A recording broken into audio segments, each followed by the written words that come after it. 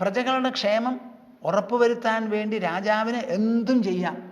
പക്ഷേ തനിക്ക് വേണ്ടിയോ തൻ്റെ കുടുംബാംഗങ്ങൾക്ക് വേണ്ടിയോ ഒന്നും ചെയ്യരുത്, ഒന്നും ചെയ്യരുത്. അവരെ വളർത്തിക്കൊണ്ടുവരിക.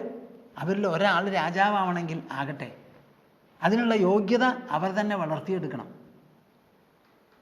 നഹി രാജ്യം മഹാപ്രാജ്ഞ സ്വേന കാമേന ശക്യതേ. കാമം കൊണ്ടോ ലോഭം കൊണ്ടോ രാജ്യം നേടാനോ രക്ഷിതും അതിനെ രക്ഷിച്ചു നിർത്താനോ സാധിക്കില്ല. മനസ്സിന് ബലം ആശയല്ല, ആശയില്ലായ്മയാണ്. മനസ്സിന് ബലം ദുരഭിമാനമല്ല. നേരെ മറിച്ച് സത്കീർത്തി വേണമെങ്കിൽ ഉണ്ടാവട്ടെ എന്ന് വിചാരിച്ച് പ്രവർത്തിക്കാൻ നമുക്ക് സാധിക്കണം. അപ്പം മനസ്സ് ശുദ്ധമാവണം, ബുദ്ധിക്ക് ആശയത്തെളിച്ചമുണ്ടാവണം, ഗർവോ പ്രൗഢിയോ ഒന്നും ഉണ്ടാവരുത്. ദേശസ്നേഹം മാത്രമാവണം നമ്മളെ നയിക്കുന്നത്, നമുക്ക് ദിശ കാണിച്ചു തരാൻ. അങ്ങനെയുള്ളവർക്ക് രാജ്യം ശോഭിക്കൂ. അവർക്ക് മാത്രമേ രാജ്യം നേടാൻ പറ്റൂ, നേടിയ രാജ്യം രക്ഷിച്ച് പ്രജകളെ തൃപ്തിപ്പെടുത്താൻ പറ്റൂ, സുഖം അനുഭവിക്കാനും പറ്റൂ. ആ രാജാവിന് വേണ്ടി പ്രജകൾ എല്ലാവരും എപ്പോഴും എന്തും ചെയ്യാൻ തയ്യാറാവും. അച്ഛൻ്റെ വാക്ക് പരിപാലിക്കാൻ വേണ്ടി കൈകേയി പറഞ്ഞപ്പോൾ ഇന്ന് വൈകുന്നേരം സൂര്യാസ്തമനത്തിന് മുൻപ് തന്നെ രാമൻ അയോധ്യ വിട്ടു കഴിഞ്ഞിരിക്കും എന്നൊരൊറ്റ വാക്ക. അതുപോലെ പുറപ്പെട്ട സമയത്ത് ലക്ഷ്മണ നീ വരണം എന്ന് പറഞ്ഞില്ല. ലക്ഷ്മണൻ ഊർമിളയോടും കൂടി പറയാതെയാണ് പുറപ്പെട്ടത്. അമ്മ പറഞ്ഞതോ ഇന്ന് മുതൽക്ക് രാമം ദശരഥം വിദ്ധി മാം വിദ്ധി ജനകാത്മജാം അയോധ്യാം അടവീം വിദ്ധി ഗച്ഛതാതയഥാ സുഖം. രാമൻ്റെ കൂടെ തന്നെയാണ് പോകേണ്ടത്. ഇന്ന് മുതൽക്ക് രാമനാണ് അച്ഛൻ, അങ്ങനെ തന്നെ ആവുകയും ചെയ്തു. കാട് മുഴുവൻ അയോധ്യയാണ്, സീത നിനക്ക് അമ്മയാണ്, സുഖമായിട്ട് പോയി വരൂന്നാ പറഞ്ഞത്. ആര്? സുമിത്ര. തടഞ്ഞില്ലല്ലോ. സീതയും പുറപ്പെട്ടു. അപ്പം സീത, രാമന് മാത്രമേ പോവാൻ ഉദ്ദേശം ഉണ്ടായിരുന്നുള്ളൂ കൈകേയിയുടെ മനസ്സിൽ. രാമൻ്റെ കൂടെ സീത, മൂന്നാളും കൂടിയിട്ടാണ് പോയത്. ആ പോക്കില് അവിടെ ഒതുങ്ങിയോത് ഇല്ല. അയോധ്യ നഗരം മുഴുവനും അവിടെ ഒരടുക്കളയിലും പുകയുണ്ടായില്ല അത്രേ. സർവ്വ ആൾക്കാരും രാമൻ്റെ കൂടെ പോയി. പറഞ്ഞത് മനസ്സിലാവുന്നുണ്ടോ കൂട്ടരെ നിങ്ങൾക്ക്? ആ രാജകുമാരൻ ചെയ്തതിൻ്റെ നന്മ, അതിലാ കറതീർന്ന ധർമ്മം, സത്യം, അദ്ദേഹത്തിൻ്റെ മനസ്സിനെ പ്രേരിപ്പിച്ചതായ ആ ത്യാഗബുദ്ധി, ആ ഗുണമൂല്യങ്ങളുണ്ടല്ലോ, അത് മറ്റുള്ളവരുടെ മനസ്സിൽ കാട്ടുതീ പോലെയാണ് പടർന്നു പിടിച്ചത്. വെള്ളത്തിൽ മുണ്ടിട്ടാൽ ആ നനവ് എങ്ങനെയോ എല്ലാ സ്ഥലത്തും മുണ്ടിൽ വ്യാപിക്കുക, അതുപോലെ ആ പ്രസരണമാണ് അവിടെ നടന്നത്. രാമൻ പോയപ്പോൾ അയോധ്യാവാസികൾ മുഴുവൻ കൂട്ടത്തിൽ പോയി. ദുര്യോധൻ്റെ പിന്നാലെ പോകാൻ വല്ലവരും ഉണ്ടാവും അവിടെ? അപ്പം മറ്റുള്ളവരുടെ മനസ്സിനെ നമുക്ക് സ്വാധീനിക്കണം എന്നുണ്ടെങ്കിൽ നമ്മളിൽ നന്മ വേണം, നമ്മളിൽ ത്യാഗബുദ്ധി വേണം. ആശയും അത്യാശയും ദുരയും ആർത്തിയും ഒന്നും പാടില്ല. അവാപ്തും രക്ഷിതും വാപി ഭോക്തും ഭരതസത്തമാ. ഇനി സുഖമായിട്ട് അനുഭവിക്കുമ്പോൾ ഏത് രാജാവിനാ സുഖം? രാജ്യം വേണ്ടതുപോലെ പരിപാലിച്ചു, പ്രജകൾക്കൊക്കെ ക്ഷേമമാണ്. ആർക്ക് വേണമെങ്കിൽ നമ്മുടെ അടുത്ത് വരാം, ഞങ്ങളുടെ രാജാവ്, ഞങ്ങളുടെ രാജാവ്, ഞങ്ങളുടെ രാജാവ്, എൻ്റെയും എന്ന് പറയുന്ന ആ ഒരു മനസ്ഥിതിയും കൊണ്ട് അവർ വരണമെങ്കിൽ നമുക്ക് ഈ ഗുണങ്ങളുണ്ടെങ്കിലേ പറ്റുള്ളൂ. നഹ്യവശ്യേന്ദ്രിയോ രാജ്യം അശ്നീയാ ദീർഘമന്തരം വിജിതാത്മാതു മേധാവി സരാജ്യം അഭിപാലയേത്. നഹ്യവശ്യേന്ദ്രിയോ രാജ്യം അശ്നീയാ ദീർഘമന്തരം. ഒരു രാജ്യം പരിപാലിക്കുന്നത് ആരാ? ഒരു വ്യക്തിയാണ്, മനുഷ്യനാണ്. ആ മനുഷ്യനെയാണ് നാം രാജാവ് എന്ന് പറയുന്നത്.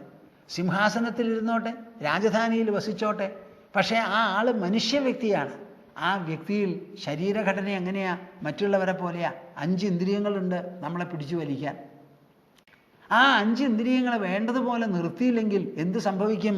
ഒരു പൊന്മാനെ കണ്ട സീത മോഹിച്ചു എന്നൊരൊറ്റ കാര്യമാണ്. അരമണിക്കൂറിനുള്ളിൽ രാവണൻ്റെ കയ്യിലാ പെട്ടു. എവിടെയാ പോയെന്ന് ഒരാൾക്കും അറിയില്ല. ആ ശോകമൂകത ഒന്ന് വിഭാവനം ചെയ്യൂ. സീതയുടെ മനസ്സിൽ തോന്നിയ ആ തെറ്റായ ആശയ ലക്ഷ്മണൻ പറഞ്ഞു മനസ്സിലാക്കിയിട്ടും രണ്ടുപേരും കൂട്ടാക്കിയില്ല. കേൾക്കണുണ്ടോ നിങ്ങൾ പറയുന്നത്? കേൾക്കണുണ്ടോ? നഹ്യ അവശ്യേന്ദ്രിയോ, അവശ്യേന്ദ്രിയോ. നമ്മളൊക്കെ വശ്യേന്ദ്രിയന്മാരാവണം. കണ്ണാവട്ടെ, കാതാവട്ടെ, നാവാവട്ടെ, ത്വക്കാകട്ടെ, മൂക്കാവട്ടെ, ഒന്നും നിയന്ത്രണം വിട്ട് പെരുമാറരുത്. കാഴ്ചകൾ നമ്മുടെ കക്കരുത്. നമ്മുടെ മനസ്സിനെ കട്ടുകൊണ്ടുപോകാനുള്ള ശക്തി നമ്മുടെ കണ്ണിനോ കാഴ്ചകൾക്കോ നാം കൊടുക്കരുത്. അതുപോലെ ശബ്ദം, സുന്ദരമായ ശബ്ദം കേട്ടു എന്ന് പറഞ്ഞ് അതിൻ്റെ പിന്നാലെയും നമ്മൾ പോകരുത്. എല്ലാ ഇന്ദ്രിയങ്ങൾ തിന്നുന്നതിൻ്റെ പിന്നാലെ പോകരുത്, തൊടുന്നതിൻ്റെ പിന്നാലെ പോകരുത്. അപ്പം നമ്മുടെ ഇന്ദ്രിയങ്ങൾ നമ്മളെ കവർന്നു കൊണ്ടുപോകാൻ തയ്യാറായിട്ട് നിൽക്കുകയാണ്. ആ ഇന്ദ്രിയങ്ങളുടെ മുകളിൽ നമുക്ക് സ്വാധീനം ചെലുത്തി നമ്മുടെ വശത്തിൽ നിൽക്കണം ഇന്ദ്രിയങ്ങൾ. നേരെ മറിച്ച് വശ്യേന്ദ്രിയനാകാതെ അവശ്യേന്ദ്രിയനായി എന്നുണ്ടെങ്കിലോ രാജ്യമശ്നീയാ ദീർഘമന്തരം, ഒരു ഗണിക്കാവുന്നിടത്തോളം ദീർഘകാലം രാജ്യത്തിൽ സിംഹാസനത്തിൽ വാഴാൻ സാധിക്കില്ല. അപ്പം സിംഹാസനം എന്നുള്ളത് നിൽക്കണമെങ്കിൽ ആ പേഴ്സണൽ വ്യക്തീയമായിരിക്കുന്ന നിയന്ത്രണ നിഷ്ഠ ആവശ്യമാണ്. ഏത് മന്ത്രിയായാലും ഏത് പ്രസിഡന്റ് ആയാലും അവരെ നയിക്കുന്നത് അവരുടെ മനസ്സും അവരുടെ ഇന്ദ്രിയങ്ങളുമാണ്. ആ ഇന്ദ്രിയ നിയന്ത്രണം എന്ന് പറയുന്നത് എല്ലാവർക്കും തുല്യമാണ്. ഇന്ദ്രിയങ്ങളെ നാം നിയന്ത്രിക്കാതെ മെരുക്കിയെടുക്കാതെ അവരുടെ ഇഷ്ടത്തിന് വിട്ടാൽ നമ്മുടെ മനസ്സിനെയും ബുദ്ധിയെയും വിവേകത്തെയും വിശേഷബുദ്ധിയെയും എല്ലാം തന്നെ കവർന്നു അങ്ങോട്ട് കൊണ്ടുപോയി ചാടിയും. ഗാന്ധാരി പറയുന്നതാണ്, നഹ്യവശ്യേന്ദ്രിയോ രാജ്യം അശ്നീയാ ദീർഘമന്തരം. നേരെ മറിച്ച് വിജിതാത്മാതു മേധാവി സരാജ്യം അഭിപാലയേ. വിജിതാത്മാവായി എന്നിരിക്കട്ടെ, ഇന്ദ്രിയങ്ങളും മനസ്സുമൊക്കെ നമ്മുടെ നിയന്ത്രണത്തിലിരുന്നു. അത്യാർത്ഥി നമ്മളെ പ്രകോപിപ്പിക്കുന്നില്ല, പ്രലോഭിപ്പിക്കുന്നില്ല. ആ സിംഹാസനത്തിലിരുന്നു ഏതു സമയത്തും പ്രജകൾ പറയുന്നത് കേൾക്കാൻ തയ്യാറാണ്. നല്ലത് ചെയ്യുന്നതാണ് ആവശ്യം. പ്രജകളുടെ ക്ഷേമം വിട്ട് എനിക്ക് സ്വന്തമായ ഒരു അജണ്ടയില്ല. അങ്ങനെ ഒരു നല്ല ബുദ്ധിയുള്ളവനോ മേധാവി. അത് ബുദ്ധിബലം കൊണ്ടേ സാധിക്കുള്ളൂ, വിശേഷ ബുദ്ധി കൊണ്ടേ സാധിക്കുള്ളൂ. സരാജ്യം അഭിപാലയേ. വിജിതാത്മാവും മേധാവിയുമായിരിക്കുന്നവൻ മാത്രമേ ഒരു രാജ്യം വേണ്ടതുപോലെ പരിപാലിച്ച് ആ പരിപാലനത്തിൻ്റെ ഉദ്ദേശമോ ലക്ഷ്യമോ എന്തോ പ്രജാക്ഷേമം അത് ഉറപ്പുവരുത്താൻ പറ്റുള്ളൂ എന്ന്. നിങ്ങൾ കേൾക്കുന്നുണ്ടോ? ഗാന്ധാരി പറയുന്നത് അത് സ്വന്തം മകനോട്. നിങ്ങൾക്കും ഉണ്ടല്ലോ മക്കളും കുട്ടികളും. എപ്പോഴെങ്കിലും അവരെ വിളിച്ച് നിങ്ങളിങ്ങനെ സംസാരിച്ചിട്ടുണ്ടോ? ആലോചിച്ച് നോക്കൂ. നിങ്ങൾ സ്വയം മാർക്കിട്ടാൽ മതി. സ്വാമിജി ഉവ്വ്, എൻ്റെ മകൻ കേട്ടു, അല്ലെങ്കിലോ കേട്ടില്ല. കേൾക്കാത്തപ്പോൾ ഞാൻ എന്ത് ചെയ്തു? കരഞ്ഞു. നിങ്ങൾ കരഞ്ഞതുകൊണ്ട് മകൻ കേൾക്കും? ഇവിടെ കരയിലല്ല ആവശ്യം. കണ്ണീര് വാർത്തോളൂ, മകനെ സ്വാധീനിക്കുമെങ്കിൽ ആ കണ്ണീരിനോടൊപ്പം നാവിൽ നിന്ന് മുത്തുപോലെയുള്ള മൂല്യങ്ങൾ നിങ്ങൾ പറഞ്ഞ് അവൻ ഇഷ്ടപ്പെട്ടാലും ഇഷ്ടപ്പെട്ടില്ലെങ്കിലും കാതിലൂടെ കരളിലേക്ക് ചെന്നങ്ങോട്ട് പ്രവേശിക്കണം. അല്ലാണ്ട് നടക്കില്ല. നമ്മൾക്കൊരു നല്ല വസ്ത്രം തുന്നി കൊടുക്കാൻ പറ്റും, എന്തെങ്കിലും കഴുത്തിലോ കയ്യിലോ വല്ല ആഭരണങ്ങളും ഇട്ട് കൊടുക്കാൻ പറ്റും. ഇവിടെ ആശ്രമത്തിൽ വരുന്നവരൊക്കെ ഒരുവിധം മിതബുദ്ധികളൊക്കെയാണ്. എന്നാൽ അപൂർവം ചിലർ പെട്ടെന്ന് എന്നെ കാണാനൊക്കെ ഇവിടെ വരാറുണ്ട്. അങ്ങനെ വന്നു കഴിഞ്ഞാൽ ഞാൻ ഇന്നിപ്പോൾ കണ്ടപ്പോൾ ഒരു പുരുഷൻ സ്ത്രീയും കൂടി വന്നിരിക്കുന്നു. സ്ത്രീകൾക്ക് അല്പസ്വല്പം കഴുത്തിലുള്ളതൊക്കെ തിരക്കിടില്ല. പുരുഷൻ്റെ കയ്യിലുണ്ടപ്പോൾ 3-4 മോതിരം, അവിടെ സ്വർണം, ഇവിടെ സ്വർണം, കഴുത്തിലും സ്വർണം. ഈ കാലത്ത് കള്ളന്മാർക്ക് നോട്ടീസ്, ദാ വന്നോളൂ കട്ടുകൊണ്ട് പൊക്കോളൂ എന്ന് പറഞ്ഞ് നോട്ടീസ് കൊടുക്കണോ? സ്വർണ്ണം ഉണ്ടെങ്കിൽ അവിടെ ഇരിക്കട്ടെപ്പാ, അത് പ്രദർശനത്തിനാണോ? അതൊരു മുതലല്ലേ, അവിടെ കിടന്നോട്ടെ. ആരെങ്കിലും കയ്യിൽ കറൻസി നോട്ട് എടുത്തിട്ട് ഇങ്ങനെ കാണിച്ചു കൊടുത്ത് പോവാറുണ്ടോ? എൻ്റെ കയ്യിൽ പൈസ ഉണ്ടെന്ന് പറഞ്ഞ്. അപ്പോൾ അത്യാവശ്യത്തിന് വേണമെങ്കിൽ ചെറിയ തോതിൽ ഒരു ഈർക്കലി വണ്ണത്തിൽ ഒരു സ്വർണ്ണമൊക്കെ ഇട്ടാൽ വിരോധമൊന്നുമില്ല. ഇപ്പം എന്തിനാ അതിന് പോണേ? ഒട്ടും വേണ്ടാന്ന് ഞാൻ പറയുന്നില്ല. അപ്പം നമ്മൾ മനസ്സിലാക്കണം എന്താണ് ഒരു മനുഷ്യന്. വിജിതാത്മാതു മേധാവി സരാജ്യം അഭിപാലയേ. അപ്പം മക്കളെ വിളിച്ചൊക്കെ നല്ലോണം സംസാരിച്ചോളൂ. ഞങ്ങൾ പഠിപ്പിക്കുന്നുണ്ട്, നിങ്ങളുടെ ബുദ്ധിക്കും മനസ്സിനുമുള്ള വൈഭവങ്ങൾ ധാരാളം തരാൻ നോക്കാം. മക്കളെ സത്സംഗത്തിൽ കൊണ്ടണയ്ക്കൂ. അവർ സത്സംഗത്തിൽ ചെല്ലട്ടെ. രാമായണം വായിക്കാൻ പറയൂ, മഹാഭാരതം വായിക്കാൻ പറയൂ, ഭഗവത്ഗീത ചൊല്ലാൻ പറയൂ, വിഷ്ണു സഹസ്രനാമം ജപിക്കാൻ പറയൂ. അത് അവരുടെ മനസ്സിൻ്റെ ഉള്ളിൽ നുഴഞ്ഞു കയറി ആ മൂല്യരത്നങ്ങൾ ഓരോന്നായിട്ട് പതിപ്പിച്ച് അവരെ വലിയ ശോഭയോടുകൂടി കൊണ്ടുവരും. ഭക്ഷണം കൊടുത്താൽ പൂളക്കായ പോലെ ശരീരമേ വീർക്കുള്ളൂ. മനസ്സിനുള്ള പോഷകം മൂല്യങ്ങളാണ്. ആ മൂല്യങ്ങൾ ഓരോന്നാണ്. ഗാന്ധാരി സംസാരിക്കുന്നതായാലും ധൃതരാഷ്ട്രൻ സംസാരിക്കുന്നതായാലും ഭീഷ്മന്റെ സംവാദമായാലും കൃഷ്ണൻ പറയുന്നതായാലും പരശുരാമൻ പറയുന്നതായാലും ഒക്കെ മൂല്യമാ. എവിടെയാ മൂല്യമില്ലാത്തത്? എത്ര ദിവസമായി ഞാൻ നിങ്ങളോട് പറഞ്ഞു തുടങ്ങിയിട്ട്? ഓരോ ദിവസത്തെ ചർച്ചയിലും നിങ്ങൾ എത്ര മൂല്യങ്ങളാണ് കാണുന്നത്? മൂല്യരത്നങ്ങളുടെ കൂമ്പാരമാണ് ഇവിടെ. നഹ്യവശ്യേന്ദ്രിയോ രാജ്യം അശ്നീയാ ദീർഘമന്തരം വിജിതാത്മാതു മേധാവി സരാജ്യം അഭിപാലയേ. കാമക്രോധൗ ഹി പുരുഷം അർത്ഥേഭ്യോ വ്യപകർഷതഃ തൗ തു ശത്രു വിനിർജിത്യ രാജാ വിജയതേ മഹീം. കാമക്രോധൗ ഹി പുരുഷം അർത്ഥേഭ്യോ വ്യപകർഷതഃ. നിങ്ങൾക്ക് തോന്നിയിട്ടുണ്ടോ ഗാന്ധാരി ദുര്യോധനെ വിളിച്ച് ഇങ്ങനെ സംസാരിച്ചിട്ടുണ്ടാവുന്നു? അതും ഈ അടിയന്തര ഘട്ടത്തിൽ എല്ലാവരും തോറ്റിരിക്കുകയാണ്. എന്നിട്ടാണ് അമ്മയെ അവതരിപ്പിക്കുന്നത്. ആര്? ധൃതരാഷ്ട്ര മഹാരാജാവ്. ഞാൻ പറഞ്ഞാൽ എൻ്റെ മകൻ കേൾക്കില്ല. ഓരോ തവണയും അവൻ അവസാനം ഇങ്ങനെ ഒരു അച്ഛന് ഞാൻ മകനായി ജനിച്ചുവല്ലോ അഭിശപ്തൻ എന്ന് പറയുമ്പോൾ എൻ്റെ മനസ്സ് വെണ്ണയേക്കാൾ എളുപ്പം ഉരുകും. അപ്പം ഈ അച്ഛൻ സംസാരിച്ചാൽ അവനതിന് വിലയുണ്ടാവില്ല. എനിക്ക് വേണ്ടി കണ്ണുകെട്ടി ഒന്നും നോക്കാതെ ഇരിക്കുന്ന ആ പാതിവ്രത്യത്തിൻ്റെ ആ മൂർത്തിമത് ഭാവമായിരിക്കുന്ന അമ്മ തന്നെ പറയട്ടെ, അതിലെ തപസ്സിൻ്റെ ശക്തി ഉണ്ടാവുള്ളൂ എന്ന് പറഞ്ഞിട്ടാണ് ധൃതരാഷ്ട്ര മഹാരാജാവ് വിളിച്ചത്. ആ വിളിച്ചിട്ട് അമ്മ സംസാരിക്കുന്നതാ. കാമക്രോധൗ ഹി പുരുഷം അർത്ഥേഭ്യോ വ്യപകർഷതഃ. കാമക്രോധൗ ഹി പുരുഷം അർത്ഥേഭ്യോ വ്യപകർഷതഃ തൗ തു ശത്രു വിനിർജിത്യ രാജാ വിജയതേ മഹീം. ഗാന്ധാരി പറയണത് വാളിൻ്റെ വാക്കല്ല, പരിചയയുടെ വാക്കല്ല, കുന്തത്തിൻ്റെയും കോലിൻ്റെയും വാക്കല്ല. മനസ്സിൻ്റെ സൗമ്യത, സൗഷ്ഠവം, ഗുണസമ്പന്നത, ധന്യത, മൂല്യം അതിനെ പറ്റിയിട്ടുള്ള വാക്കാ പറയണത്. കാമം ക്രോധം എന്ന് പറയുന്ന രണ്ടെണ്ണമുണ്ടല്ലോ, അത് പുരുഷനെ അർത്ഥേഭ്യോ വ്യപകർഷതഃ. കാമലോഭത്താൽ കൈയടക്കിയിട്ടുള്ള രാജ്യം ദീർഘകാലം നിൽക്കില്ല എന്ന് പറഞ്ഞു. ഇപ്പൊ പറയാണ് കാമവും ക്രോധവും ഏത് പുരുഷന്മാരെ ആരെയും വ്യപകർഷതഃ അർത്ഥേഭ്യോ. നമുക്ക് ജീവിക്കുന്നതിന് പുരുഷാർത്ഥങ്ങളുണ്ട്. ധർമ്മം, അർത്ഥം, കാമം, മോക്ഷം എന്ന് പറയുന്ന 4 പുരുഷാർത്ഥങ്ങളാണ്. വാസ്തവത്തിൽ അത് ഒന്നാണ്. ധർമ്മമാണ് അതിൻ്റെ സ്റ്റെപ്പ്, ആദ്യത്തെ പടി. ധർമ്മത്തിലൂടെ അർത്ഥസമ്പാദനം. അങ്ങനെ കിട്ടിയിട്ടുള്ള അർത്ഥം കാമഭോഗം, കാമം നിറവേറ്റാൻ വേണ്ടി വിനിയോഗിക്കുക മിതമായി. ഇത് 3 കഴിഞ്ഞാൽ മനസ്സ് ശുദ്ധമായി. അപ്പം അതിന് മോക്ഷം, മുക്തമായി കഴിഞ്ഞു. ഇപ്പം ജീവിച്ചിരിക്കുമ്പോൾ തന്നെ അങ്ങനെ ധർമാർത്ഥ കാമ മോക്ഷങ്ങളുണ്ട് നമുക്ക്. ആ പുരുഷാർത്ഥങ്ങളിൽ നിന്ന് കാമവും ക്രോധവും മനസ്സിൽ നുഴഞ്ഞു കയറി ചുഴിഞ്ഞിറങ്ങിയെന്നുണ്ടെങ്കിലോ ഇതിൽ നിന്ന് പിടിച്ചു വലിച്ച് അകറ്റുകയാണ് ചെയ്യുന്നത്. കാമക്രോധൗ ഹി പുരുഷം അർത്ഥേഭ്യോ വ്യപകർഷതഃ. ഈ കാമവും ക്രോധവും കടന്നുകൂടിയാൽ തീർച്ചയാക്കിക്കോളൂ, പിന്നെ നിങ്ങൾ നടക്കുന്നത് നാശത്തിലാണ്, നാശഗർത്തത്തിലാണ്. തൗ തു ശത്രു വിനിർജിത്യ. ഇത് 2 പേരും ശത്രുക്കളാണെന്ന് കണക്കാക്കി ആരാണോ അവയിൽ ജയം കൈവരിക്കുന്നത് രാജാ വിജയതേ മഹീം.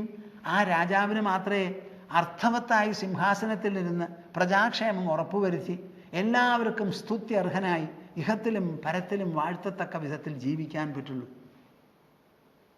പ്രഹ്ലാദനോട് നരസിംഹമൂർത്തി പറഞ്ഞത് നിങ്ങൾക്ക് ഓർമ്മയുണ്ടോ? അച്ഛനെയൊക്കെ കൊന്നതിന് ശേഷം നെടുവീർപ്പിട്ട് ആ സിംഹാസനത്തിൽ ചെന്നങ്ങിടിരുന്നു. ഉഗ്രമൂർത്തി ആരും കണ്ടിട്ടുമില്ല, കേട്ടിട്ടുമില്ല. ആ മൂർത്തിയെ സമാധാനിപ്പിക്കാൻ ഒരു വഴിയില്ല. മഹാലക്ഷ്മിയോട് പറഞ്ഞപ്പോൾ അയ്യോ ഞാനില്ലേ, ഇങ്ങനൊരു അവതാരം ഞാൻ കണ്ടിട്ടേ ഇല്ല എന്ന് പറഞ്ഞു ലക്ഷ്മി. പിന്നെ ആരെയാ പറഞ്ഞയക്കുക? ഏത് കൊച്ചന് വേണ്ടിയാണോ ഈ മൂർത്തി ഉണ്ടായത് ആ കൊച്ചനെ തന്നെ പറഞ്ഞയക്കുക എന്ന് ബ്രഹ്മാവിന് തോന്നി. പ്രഹ്ലാദനോട് പറഞ്ഞപ്പോൾ ആ കൊച്ചുകുട്ടിക്ക് ഒരു കൂസലും ഉണ്ടായില്ല. അങ്ങനെ അങ്ങോട്ട് നടന്ന് മുമ്പിൽ ചെന്നു. എന്താ വേണ്ടേ? ഒന്നും വേണ്ട, സ്തുതിക്കാനാ തുടങ്ങി. എല്ലാമായിട്ട് എന്ത് ചെയ്തു? വരം കൊടുക്കാൻ. എനിക്ക് വരമോന്നായി പ്രഹ്ലാദൻ. അങ്ങ് ചോദിക്കുന്നത് ശരിയല്ല, വരം തരുന്നത് ശരിയല്ല എന്ന്. അപ്പോൾ ഭഗവാനോട് പറയാണ് അങ്ങയുടെ വരദാനം ശരിയല്ല. കേൾക്കുന്നുണ്ടോ നിങ്ങൾ? 7 വയസ്സായ ഒരു കുട്ടി. ഇതാണ് ഭാരതത്തിൻ്റെ തനി സംസ്കാര തനിമ എന്ന് പറയണത് ഇതാ. പ്രഭോ അങ്ങ് വരം തരാം എന്നോട് പറയുന്നത് കച്ചവടമാണ്. ഞാൻ അങ്ങയുടെ അടുത്തുനിന്ന് ഒരു വരവും പ്രതീക്ഷിക്കുന്നില്ല. എന്നെ പ്രീതിപ്പെടുത്തി അങ്ങയ്ക്കൊട്ടും ഒന്നുമൊട്ട് നേടാനില്ല. അങ്ങയിൽ നിന്ന് ഒന്നും പ്രത്യേകമായി എനിക്ക് സമ്മാനവും വേണ്ട. ഞാൻ എല്ലാം ഉപേക്ഷിച്ച് അങ്ങയെ ശരണം പ്രാപിക്കുകയാണ്. ആ ശരണത്തിൽ തന്നെ ഉണ്ട് എനിക്ക് പൂർണ്ണ തൃപ്തിയും സാഫല്യവും. അത് വിട്ട് എനിക്ക് ഒന്നും വേണ്ട. അപ്പോൾ വിശേഷമായിട്ട് ഒരാനുകൂല്യവും എനിക്ക് വേണ്ട എന്നാണ് പറയുന്നത്. ഇപ്പം കഴിഞ്ഞില്ലേ? എന്നിട്ട് അങ്ങനെ ഒക്കെ ആയാലും എന്ന് പറയാണ് ഭോഗേന പുണ്യം കുശലേന പാപം കലേവരം കാലജവേന ഹിത്വാ കീർത്തിം വിശുദ്ധാം സുരലോകഗീതാം വിതായ മാമേഷ്യസി മുക്തബന്ധ. ഞാൻ ഈ ശ്ലോകം വളരെയധികം മൂല്യം കൽപ്പിക്കുന്നതാണ്. മനുഷ്യജന്മം ഉണ്ടാവുന്നത് പുണ്യവും പാപവും തുല്യമാവുമ്പോഴാണ്.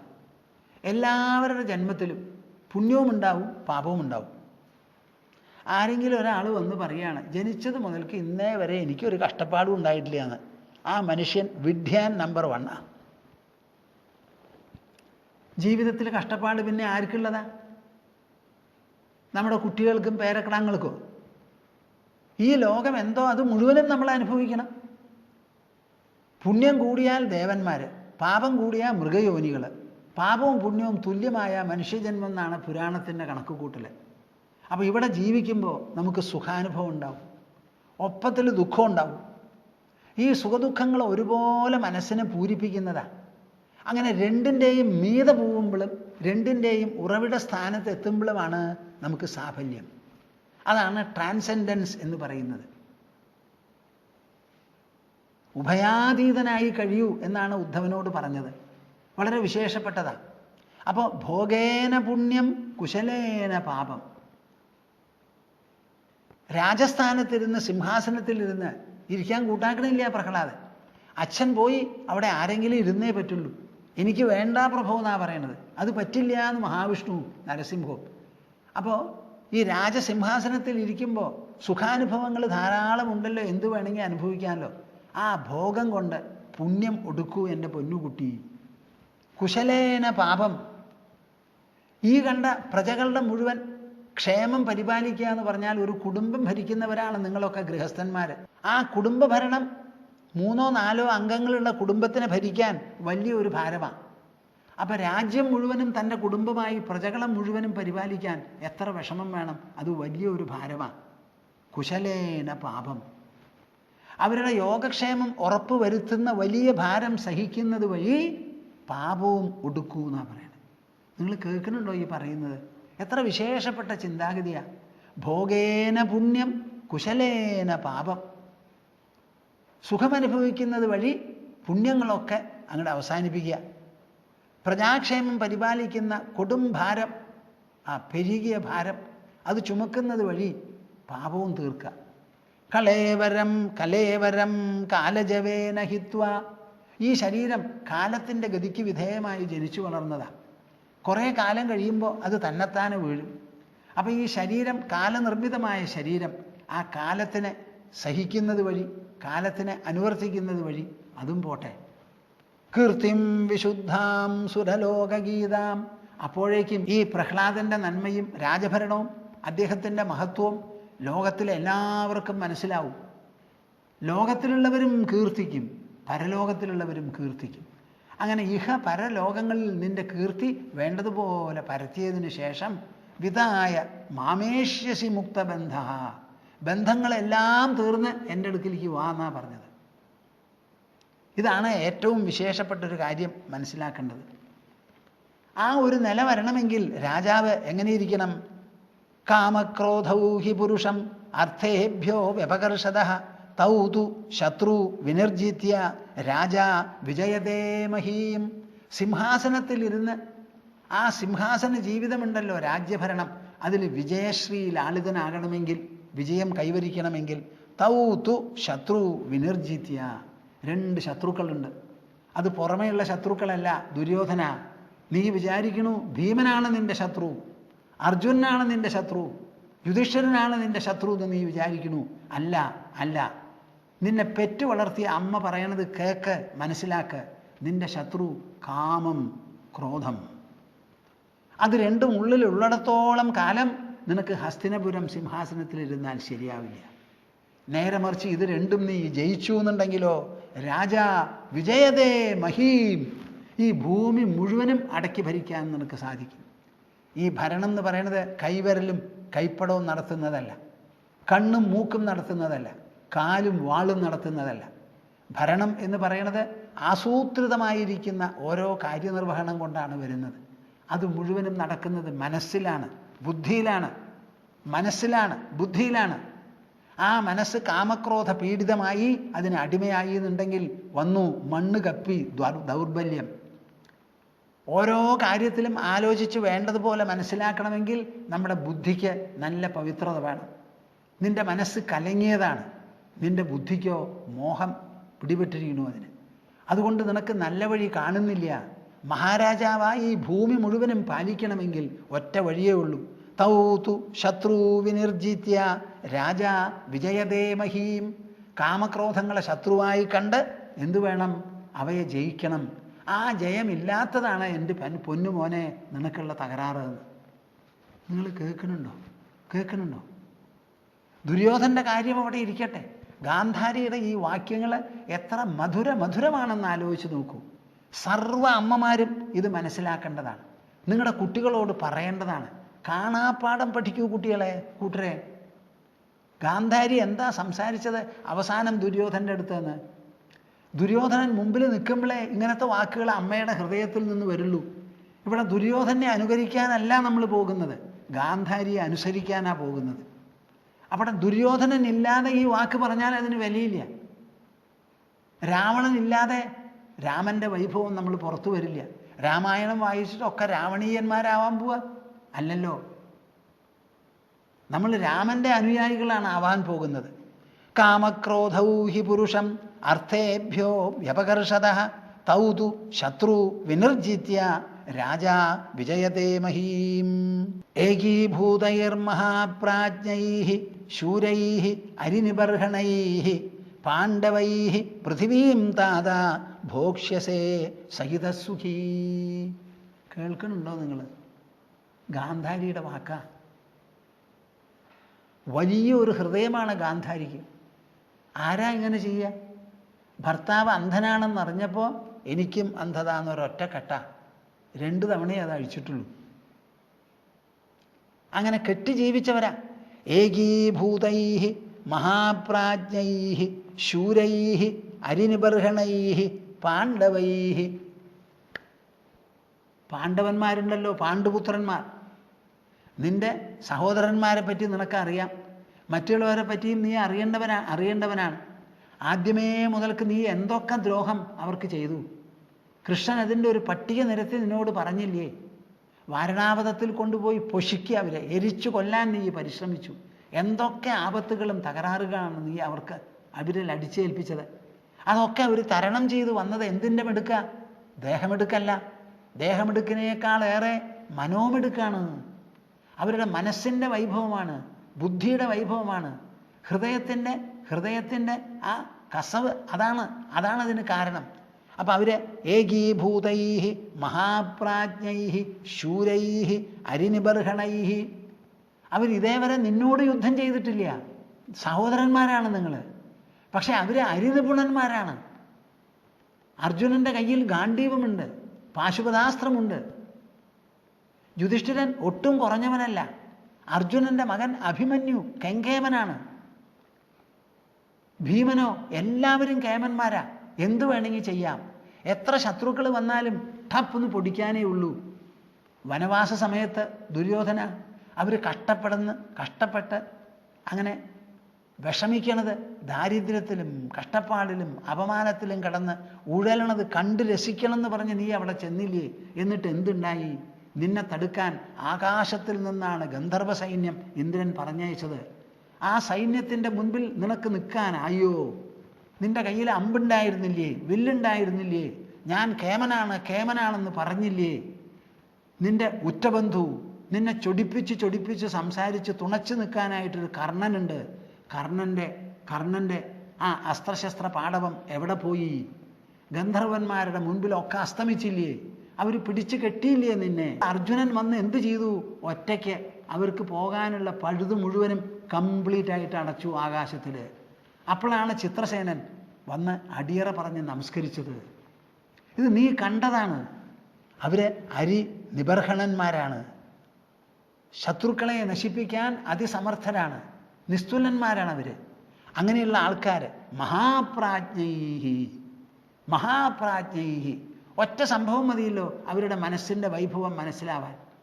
നിറഞ്ഞ സദസ്സിൽ 5 ആളുടെയും കൂടി ഭാര്യയായ ദ്രൗപദിയെ പിടിച്ചു വലിച്ച് മണിക്കൂറുകളോളം അവർ കഷ്ടപ്പെടുന്ന സമയത്ത് അവരൊരൊറ്റ ആള് വിരലനക്കി ഒന്നും ചെയ്യാൻ പുറപ്പെട്ടില്ല. അപ്പം അവരുടെ മനസ്സിൻ്റെ അടക്കം എത്രയുണ്ടെന്ന് ആലോചിച്ച് നോക്ക്. അതാണ് മഹാപ്രാജ്ഞൈഹി എന്ന് പറയുന്നത്. അവരുടെ ശരീരബലം അത് വേറെ, അത് പുറത്ത് യുദ്ധം ചെയ്യാൻ, അവരുടെ മനസ്സിനെ പിടിച്ചു നിർത്താൻ. അവർക്ക് ഫീലിങ്സ്, വികാരമില്ലെന്നോ ഭാവമില്ലെന്നോ, അവർക്ക് ഉള്ളിലുള്ള സമ്മർദ്ദമില്ലെന്ന് പറയാൻ പറ്റുമോ? സ്വന്തം ഭാര്യയെ ഇങ്ങനെ പിടിച്ചു വലിച്ചിരിക്കുന്ന സമയത്ത് എന്ത് വേണമെങ്കിൽ ചെയ്യാൻ ത്രാണിയുള്ള 5 ഭർത്താക്കന്മാരും ഒരക്ഷരം പറയാതെ മിണ്ടാതെ അവിടെ നിന്നു ഒന്നും ചെയ്തില്ല. അതുകൊണ്ട് നമുക്ക് മനസ്സിലാക്കേണ്ടത് എന്താ? അവർ ഉപായപ്പെട്ടവരല്ല, പ്രാജ്ഞന്മാരാണ്, മഹാനുഭാവന്മാരാണ്, വലിയ വലിയ പ്രതിഭാശാലികളാണ്, തത്വജ്ഞരാണവർ. ഏകീഭൂതൈഹി അങ്ങനെയുള്ള മനുഷ്യരുണ്ടല്ലോ, അവരെ സഹോദരന്മാർ. പാണ്ഡവൈഹി ആ പാണ്ഡുപുത്രന്മാരോടുകൂടി നീ ഒന്നിച്ചിരിക്കുക. ഭേദബുദ്ധി നിന്റെ മനസ്സിൽ നിന്ന് പോട്ടെ. അവരുടെ ഇന്ദ്രപ്രസ്ഥം, അവരുടെ സഭാഗൃഹം, അത് എൻ്റേതിനേക്കാൾ മെച്ചം, മികച്ചത്, അതെനിക്ക് കയ്യിലടക്കണം. യുദ്ധം ചെയ്ത് പറ്റിയില്ലെങ്കിൽ കളിച്ചിട്ടെങ്കിലും ഞാൻ ചൂത് കളിച്ചിട്ടെങ്കിലും കയ്യിലാക്കും. ഇങ്ങനെയുള്ള തോന്നലങ്ങോട്ട് വിട്. ഭേദബുദ്ധി പോട്ടെ. അവർ വേറെ, ഞാൻ വേറെ. അവർക്കുള്ള സുഖഭോഗങ്ങൾ എനിക്കുള്ളതല്ല, പക്ഷെ എൻ്റെ മാത്രമാവണം, അവർക്കതിൽ പങ്കുണ്ടാവരുത് എന്നുള്ള വിചാരമൊക്കെ വിട്ട് ഏകീഭൂതൈഹി മഹാപ്രാജ്ഞൈഹി ശൂരൈഹി പാണ്ഡവന്മാരോട് കൂടിയാൽ നിനക്ക് എന്താ തെറ്റ്? നിന്നേക്കാളും ശൗര്യവും വീര്യവും പരാക്രമവും പ്രജ്ഞയുമുള്ളവരാണവർ. അപ്പം അവരോട് കൂടി ചേർന്ന് പൃഥിവീം താത ഭോക്ഷ്യസേ സഹിതസുഖി, അവരോടുകൂടി ചേർന്നാലാണ് വാസ്തവത്തിൽ ഈ ഭൂമിയെ വേണ്ടതുപോലെ നിനക്ക് അനുഭവിക്കാൻ പറ്റുക. അവരെ അകറ്റി നിർത്തി ശത്രുത പുലർത്തിയാലല്ല. യഥാ ഭീഷ്മ ശാന്തനവോ ദ്രോണശ്ചാപി മഹാരഥഃ ആഹതുസ്താദ തത്സത്യം അജേയൗ കൃഷ്ണപാണ്ഡവൗ. ഇത് മനസ്സിനെ സംബന്ധിച്ചിടത്തോളമുള്ള പോഷണങ്ങളാണ് ഇവിടെ പറയുന്നത്. ഇനി യുദ്ധം നടക്കുകയാണെങ്കിൽ എന്തായിരിക്കും സ്ഥിതി ആലോചിച്ചോളൂ. യഥാ ഭീഷ്മ ശാന്തനവോ ദ്രോണശ്ചാപി മഹാരഥഃ ആഹതുഹു താത തത്സത്യം അജേയൗ കൃഷ്ണപാണ്ഡവൗ. ഇവിടെ ഭീഷ്മ പിതാമഹൻ പറയുണ്ടായി, ശന്തനുപുത്രൻ ദ്രോണനും പറഞ്ഞു, മഹാരഥനായിരിക്കുന്ന ദ്രോണൻ. ആഹതുഹു താത തത്സത്യം, അവർ രണ്ടുപേരും തുറഞ്ഞു നിന്നോട് പറഞ്ഞത് സത്യം തന്നെയാണ്. പരശുരാമൻ ഉദ്ബോധിപ്പിച്ചു, ഭീഷ്മൻ പറഞ്ഞ് മനസ്സിലാക്കി, ദ്രോണനും പറഞ്ഞ് മനസ്സിലാക്കി. എന്താ അവർ പറഞ്ഞത്? അജേയൗ കൃഷ്ണപാണ്ഡവൗ, അജേയൗ കൃഷ്ണപാണ്ഡവൗ. കൃഷ്ണനാണ് ദൂത് പറയാൻ വന്നിരിക്കുന്നത്. അദ്ദേഹം പറഞ്ഞ വാക്കിൽ നിന്ന് അദ്ദേഹത്തിൻ്റെ നില വളരെ വ്യക്തമാണ്. ഒരു സന്ദേശവാഹകനായി വന്ന അദ്ദേഹം സന്ദേശവാഹകൻ മാത്രമല്ല, അവരുടെ പക്ഷത്തിൽ അവർക്ക് വേണ്ട എല്ലാ നന്മയും ഭദ്രതയും അണയ്ക്കുന്നവനാണ്. അതേസമയം അദ്ദേഹം പറയുന്നു, നിങ്ങൾക്ക് വേണ്ട ഭദ്രതയും അദ്ദേഹം അണയ്ക്കാൻ തയ്യാറാണ്. അച്ഛനോട് പറഞ്ഞില്ലേ, അങ്ങയുടെ മക്കളെ അങ്ങ് വേണ്ടതുപോലെ ഒതുക്കി നിർത്തൂ, മറുപക്ഷത്തിലുള്ളവരെ ഞാൻ ഒതുക്കി നിർത്തിക്കൊള്ളാം എന്ന് പറഞ്ഞു. അപ്പം അവരുടെ ഒരു ഗാർഡിയൻഷിപ്പും കൂടി അദ്ദേഹത്തിനുണ്ട്. ഇതൊക്കെ മനസ്സിലാക്കി കൃഷ്ണ പാണ്ഡവവും അജേയവും, അവർ രണ്ടാളും കൂടി കഴിഞ്ഞാൽ എത്രത്തോളം അജേയത്വം പിന്നെ ഉണ്ടാവണം. അങ്ങനെയുള്ള ഒരു അജേയത്വം അവർക്കുണ്ട്. അതുകൊണ്ട് യുദ്ധക്കൊതി നിർത്തിക്കളയൂ എൻ്റെ പൊന്നുമോനെ. യുദ്ധമല്ല ഇതിനുള്ള ഉത്തരം, അതല്ല ഇതിനുള്ള പരിഹാരം. ഇതിനുള്ള പരിഹാരം ശമമാണ്, സാമമാണ്, ശാന്തിയാണ്, സാഹോദര്യവും സഹവർത്തിത്വവും സഹൃദയത്വമാണ്, പാരസ്പര്യമാണ് ഇവിടെ വേണ്ടത്. യഥാ ഭീഷ്മ ശാന്തനവോ ദ്രോണശ്ചാപി മഹാരഥഃ ആഹതുസ്താദ തത്സത്യം അജേയൗ കൃഷ്ണപാണ്ഡവൗ. ഗാന്ധാരി തുടർന്ന് പറയണു, പ്രപദ്യസ്യ മഹാബാഹും കൃഷ്ണം അക്ലിഷ്ടകാരിണം പ്രസന്നോ ഹി സുഖായ സ്യാത് ഉഭയോരേവ കേശവഃ പ്രപദ്യസ്വ മഹാബാഹും കൃഷ്ണം അക്ലിഷ്ടകാരിണം. കേൾക്കുന്നുണ്ടോ കൂട്ടരെ നിങ്ങൾ? ആ അമ്മ മകനോട് പറയണതാ. എടുത്ത വായിക്ക് കൃഷ്ണനെ പോയി ആശ്രയിക്കൂ എന്നല്ല പറയുന്നത്. കാര്യകാരണങ്ങൾ മുഴുവൻ പറഞ്ഞ് മനസ്സിലാക്കി പ്രപദ്യസ്വ ശരണം പ്രാപിക്കൂ. മഹാബാഹും കൃഷ്ണം മഹാബാഹുവായിരിക്കുന്ന കൃഷ്ണനെ അക്ലിഷ്ടകാരിണം എന്ത് കർമ്മമെടുത്താലും ലാഘവത്തോടുകൂടി സുഗമമായി ഒരു വിഷമവുമില്ലാതെ ചെയ്തു തീർക്കാൻ അതിനിപുണൻ, സമർത്ഥൻ, പരിചയസമ്പന്നൻ. അങ്ങനെയുള്ള ആ കൃഷ്ണനെ പ്രപദ്യസ്വ ശരണം പ്രാപിക്ക്. പ്രസന്നോ ഹി സുഖായ സ്യാത് ഉഭയോരേവ കേശവഃ. അദ്ദേഹം പ്രസന്നനായി എന്നുണ്ടെങ്കിലോ ഇരു കൂട്ടർക്കും ആ കേശവൻ നന്മയെ അരുളൂ, അണയ്ക്കൂ. ആ കൃഷ്ണൻ ഇവിടെ വന്നിട്ടുണ്ട്, നമ്മൾ വിളിച്ചിട്ടല്ല. നീ എന്തു വേണം? ഒറ്റ കാര്യം വേണ്ടു. ആ കൃഷ്ണൻ പറഞ്ഞത് കേട്ട് കൃഷ്ണനെ ശരണം പ്രാപിക്കും. ആ കൃഷ്ണനെ ശരണം പ്രാപിച്ചാൽ അതൊരു കീഴടങ്ങലല്ല, നിന്റെ അവകാശം വേണ്ടാന്ന് പറയലല്ല. ആ കൃഷ്ണന് ഇതിൻ്റെ തീർപ്പങ്ങട് വിട്ടുകൊടുത്താൽ ഇരുകൂട്ടർക്കും ഭംഗിയായിട്ടുള്ള ഒരു പരിഹാരമോ നിർദ്ദേശമോ അദ്ദേഹം തരും. ആ കാര്യത്തിൽ നിനക്ക് സംശയം വേണ്ട. നിന്നെ പെറ്റു വളർത്തിയ അമ്മയാണ് പറയുന്നത്. എനിക്കറിയാം കൃഷ്ണൻ എങ്ങനത്തവനാണെന്ന്. പക്ഷഭേദമില്ലാത്തവനാണ്. അദ്ദേഹത്തിൻ്റെ സംസാരം തുടങ്ങിയത് എങ്ങനെയാ? ഞാൻ ശാന്തി യാചിക്കാനാണ് ഇവിടെ വന്നിരിക്കണതെന്നാണ്. കൃഷ്ണൻ അങ്ങനെ ഒരു പ്രയോഗം പ്രയോഗിക്കേണ്ട ആവശ്യം എന്താ? അത് കഴിഞ്ഞ് നിന്റെ ഭാഗത്തുനിന്ന് ശരിയായ സ്വീകരണം ഇല്ല എന്ന് വന്നപ്പോഴാണ് അദ്ദേഹത്തിൻ്റെ വാക്കിനും പോക്കിനുമൊക്കെ മൂർച്ച കൂടി തുടങ്ങിയത്. അത് നീ ക്ഷണിച്ചു വരുത്തിയതാ അല്ല, നിർബന്ധിച്ചതാണ്. നിന്റെ തോന്നിവാസം കൊണ്ട്, നിന്റെ താന്തോന്നിത്വം കൊണ്ട്, നിന്റെ അപമര്യാദ കൊണ്ട്. ഞാൻ മാത്രമേ പറയുന്നത് സത്യമുള്ളൂ, എൻ്റെ കാര്യം നിശ്ചയിക്കാൻ ഞാനാണ്. യുദ്ധം ചെയ്യുന്ന സമയത്ത് നീ മാത്രമായിട്ടൊരു യുദ്ധം ചെയ്യാൻ പറ്റുമോ? നീ എത്രത്തോളം സ്ഥലത്ത് ചെന്ന് സഹായം ഇച്ഛിക്കുമോ ആ സ്ഥലത്തൊക്കെ അവർക്കും ചെന്ന് സഹായം ഇച്ഛിക്കാം. അങ്ങനെ ഈ യുദ്ധം നമ്മുടെ രാജ്യത്തിൽ മാത്രം ഒതുങ്ങി നിൽക്കുന്നതല്ല, ഭാരതത്തിന് മുഴുവൻ ബാധിക്കാൻ പോകുന്നതാണ്. പ്രപദ്യസ്വ മഹാബാഹും കൃഷ്ണം അക്ലിഷ്ടകാരിണം പ്രസന്നോ ഹി സുഖായ സ്യാത് ഉഭയോരേവ കേശവഃ. ആ കൃഷ്ണൻ പ്രസന്നനായി എന്നുണ്ടെങ്കിൽ എന്തോ ഭാഗ്യവശാൽ അദ്ദേഹം ഇവിടെ വന്നിരിക്കുന്നു, മടങ്ങിപ്പോയിട്ടില്ല. അദ്ദേഹം ഒരു ഭാഗത്ത് തന്നെയുള്ളൂ സംസാരിക്കാൻ. നമ്മൾ ധാരാളം പേരുണ്ട്. ഒന്നാന്തരം ഒരു അവസരമാണ് ഇത്. ഇനി ജീവിതത്തിൽ ആവർത്തിക്കുമോ എന്നുള്ള കാര്യം സംശയമാണ്. അപ്പോൾ ആ കൃഷ്ണനെ ശരണം പ്രാപിച്ച് അദ്ദേഹത്തിനെ സന്തോഷിപ്പിക്കുക. എന്നാൽ എന്തുണ്ടാവും? സന്തോഷിപ്പിച്ചാൽ രണ്ട് കൂട്ടർക്കും ഒരുപോലെ മംഗളമരുളും, ഒരുപോലെ കല്യാണമുണ്ടാവും. അതാണ് നമുക്കുണ്ടാവാൻ പോകുന്നത്. ആ കൃഷ്ണൻ ദുര്യോധന, നീ ഭക്ഷണമൊക്കെ തയ്യാറാക്കി വിളിച്ചപ്പോൾ പറഞ്ഞു എന്ത്? ഞാൻ കഴിക്കില്ല എന്ന്. എന്താ കാരണം എന്ന് നീ ചോദിച്ചപ്പോൾ കൃഷ്ണൻ എന്താ മറുപടി പറഞ്ഞേ? എന്നെ ഊണ് കഴിക്കാൻ വിളിക്കുന്ന ആ ആൾക്ക് സന്തോഷമുണ്ടാവണം ഞാൻ പോയി ഊണ് കഴിച്ചാൽ. അല്ലെങ്കിലോ ഞാൻ തീരെ വശം കെട്ട് ഒരടി വയ്ക്കാൻ പറ്റില്ല എന്ന് പറഞ്ഞാൽ എവിടുന്ന് കിട്ടിയാലും ഊണ് കഴിക്കാം. നച സംപ്രീയസേ രാജൻ നചൈവ ആപദ്ഗതാവയം എന്ന് കൃഷ്ണൻ പറഞ്ഞുല്ലോ. എന്നെ ഊണ് കഴിക്കാൻ വിളിക്കുന്നതിൽ ദുര്യോധന് സന്തോഷമില്ല, അതൊരു കാട്ടിക്കൂട്ടലാണ്. കൃഷ്ണനെ ഇഷ്ടപ്പെട്ടിട്ടാണ് വിളിക്കണത്. എന്നാൽ കൃഷ്ണൻ എന്ത് പറയാൻ പോണോ അത് കേൾക്കുക, അങ്ങനെയൊന്നുണ്ടല്ലോ. അതൊന്നും നടക്കാതെ ഇനി എനിക്ക് ആപത്ത് വന്നിട്ടുണ്ടോ ഇല്ല എന്ന് പറഞ്ഞ് വിതുരൻ്റെ അടുത്ത് പോയില്ലോ. നിനക്കിത് അറിയാവുന്ന കാര്യമല്ലേ? കൃഷ്ണൻ നിന്നോട് പറഞ്ഞില്ലേ എന്ത്? ഒരു ദൂതൻ വന്നു കഴിഞ്ഞാൽ ആദ്യമേ ആതിഥേയത്വം സ്വീകരിക്കില്ല. താൻ വന്നിട്ടുള്ള കാര്യം വേണ്ടതുപോലെ നേടി താൻ പറയണത് സമ്മതമായി മറ്റുള്ളവർക്ക് എന്ന് പറഞ്ഞാൽ പിന്നെ എന്ത് ഭക്ഷണം കഴിച്ചാലും കഴിച്ചിട്ട് പോവാം. ആദ്യമേ ഊണ് കഴിച്ചാൽ അതൊരു ഇട്ടാപ്പിൽ പെടുന്ന മാതിരിയാവും. ഇതൊക്കെ പറഞ്ഞ് മനസ്സിലാക്കി. ആ കൃഷ്ണനെ നീ ഇപ്പോഴെങ്കിലും വേണ്ടതുപോലെ പ്രസന്നനാക്കും എന്നുണ്ടെങ്കിൽ ഉഭയോരേവ കേശവഃ സുഖായ സ്യാത് ന യുദ്ധേ താത കല്യാണം ന ധർമാർത്ഥൗ കുതസുഖം ന ചാപി വിജയോ നിത്യം മാ യുദ്ധേ ചേത ആധിഥാഃ.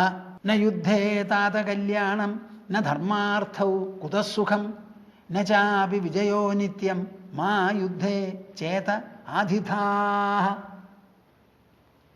അവസാനം ഗാന്ധാരി പറയുന്നത് മുഴുവൻ ഒരു ഗീതയാണ്.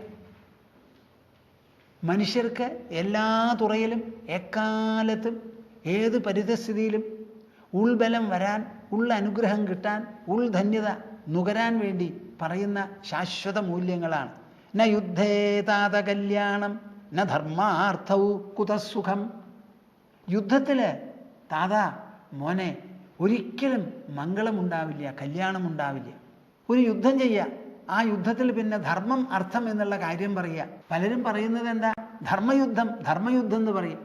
ധർമ്മയുദ്ധമായാലും യുദ്ധമാണല്ലോ. ഈ മഹാഭാരത യുദ്ധം നടക്കാൻ പോണു. അതിൽ 11 അക്ഷൗഹിണി സേനയാണ് അവിടെ ദുര്യോധൻ്റെ പക്ഷത്തിൽ.